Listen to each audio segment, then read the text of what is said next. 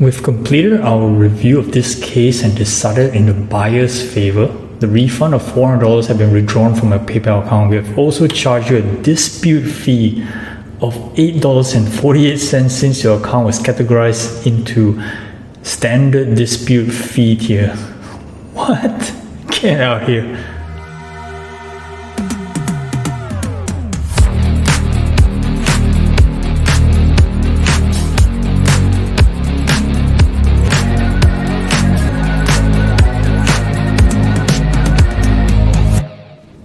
What's up YouTube, Car Boss here, back in another video where we talk cars, money, investing. And what was I just ranting about? It's basically one of those refunds that I had to do, of which again I don't think that it was pretty fair. So as an eBay reseller, or in fact most of us have particular experience, one of those couple of incidents, sometimes a shipment goes missing, some things get damaged, it just happens once in a while. Or maybe something that supposedly you're going to receive and it didn't come in the condition you expected. So I have numerous of these kind of experiences, from both the buyer and the seller side. So we talked about the buyer side. I actually had a video on a Trae Young optic holo, which you can see here. It was a ridiculous story. Do go back and listen to that one. It's like the Trae Young got hit by a crowbar and still in a good condition packaging, and the seller said it was my fault, and eBay ruled in his favor and I didn't get a refund. So that was one.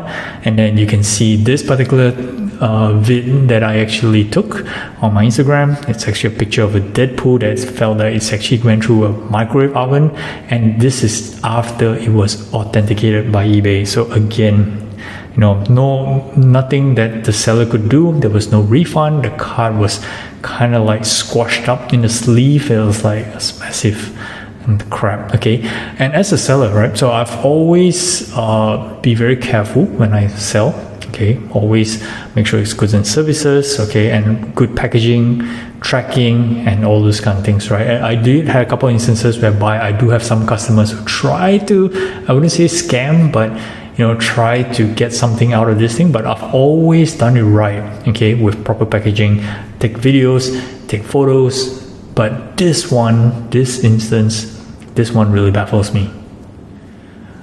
Okay, so I'm going to narrate to you the story. I'm not going to mention the buyer's name because, again, I'm not entirely sure whether is he completely innocent or, maybe he was really part of a scam. So I'm not sure, okay? But, I'm just going to leave his name out and just narrate the story as it is. So I have a buyer, okay, who was interested, who messaged me on Instagram, who was interested to purchase a 1997, was it 1998? Okay, Topps Chrome Generations Refractor PGS 9 Michael Jordan for $400, all right? So we agreed on a price, inclusive of shipping, and he was going to pay through goods and services. Now, that's the mode of payment that I accept, no worries, okay? Card was packed nicely, packed into an envelope, and now how I always do my packaging is I'll have the slab into a team bag, as always, put one layer of bubble wrap on around it and put it into a bubble mailer and into another bubble mailer that's been shipped out to the US, so you can have a photo of the actual packaging that was sent to this particular customer here. So everything's nice and cool.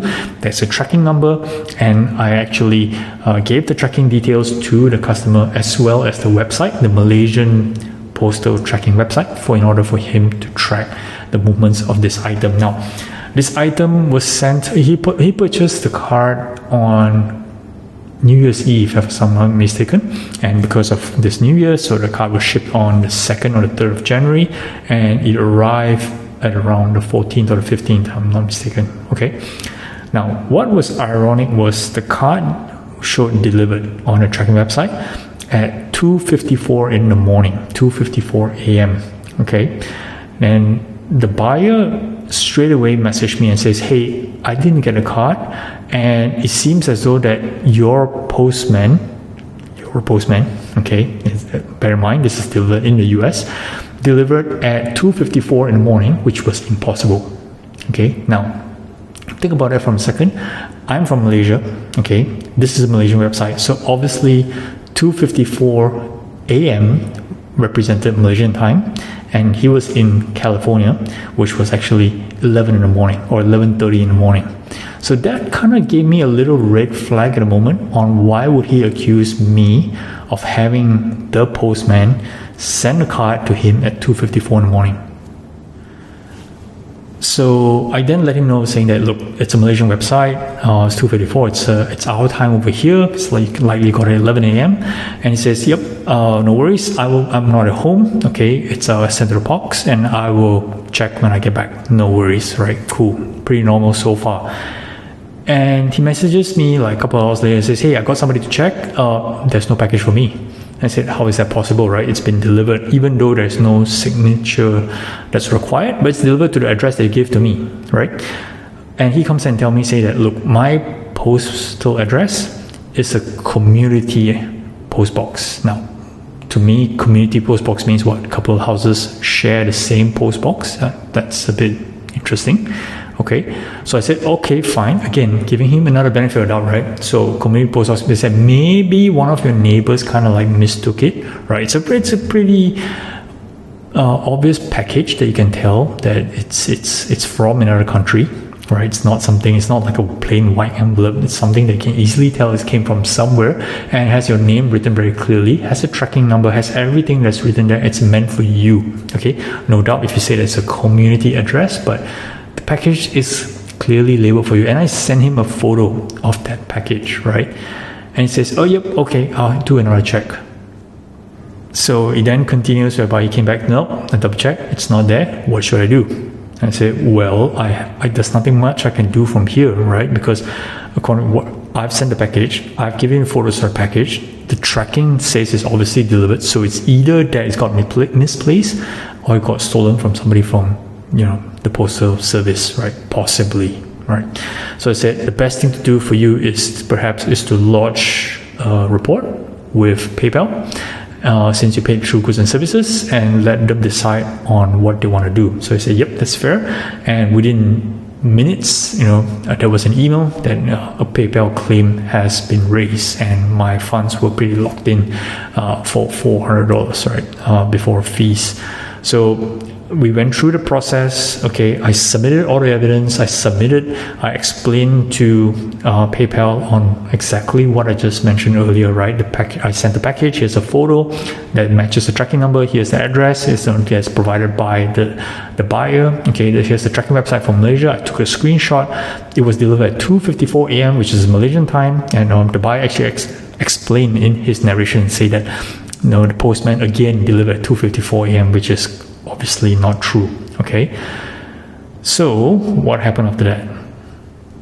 Now, PayPal usually takes about like 2 or 3 days, right, to look over this matter. Now, but it went more than 5 days, which is a bit unusual. I've been through down this road before. Okay, so normally when the evidences are pretty clear, it's quite a straightforward thing for PayPal to do. But for them to take a couple of extra days, it's a bit puzzling.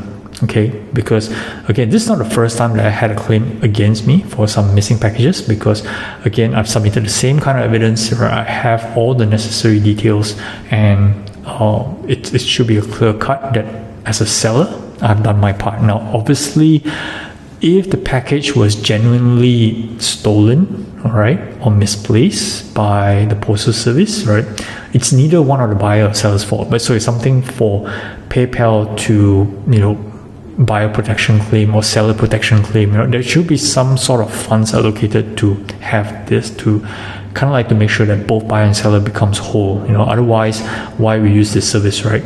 Okay, so I'm not sure what are evidences that's submitted by the buyer, because obviously I just narrated to PayPal exactly what the buyer told me about a community address, about his neighbors, and so and so.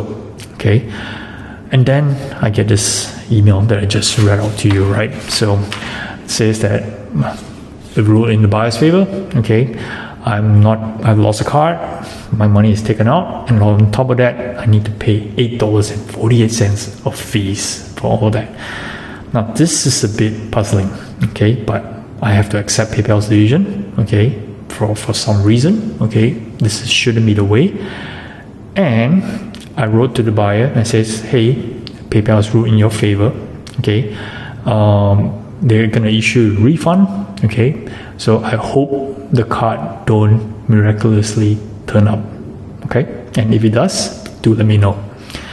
And of all the responses that I get from the buyer, he says, yep, sure, okay, I haven't heard anything from PayPal, nor I have yet to receive any refund. And that was the last thing that I heard from the buyer. Now, this was just weird altogether. Okay, just weird. So what else could I have done? I'm not sure. So I'm recording this video not so much on renting. It's more on just sharing with you guys that despite, when we sell, despite taking on necessary precautions, if there are people with bad intentions, out to get you, whether or not it's your buyer or the postal service, there's nothing much we can do. And that's kind of like the acceptable risk that you need to take when you buy or sell cards online. Okay, whether it's through eBay or directly, even though you're using goods and services.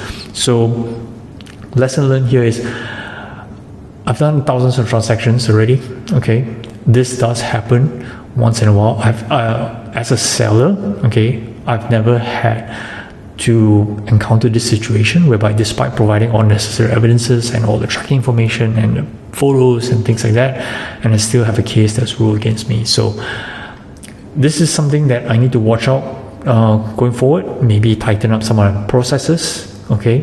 And maybe if you guys have anything to suggest that I can do differently, feel free to comment down below.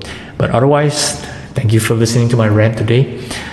Till the next one, just like and subscribe. Cabos out.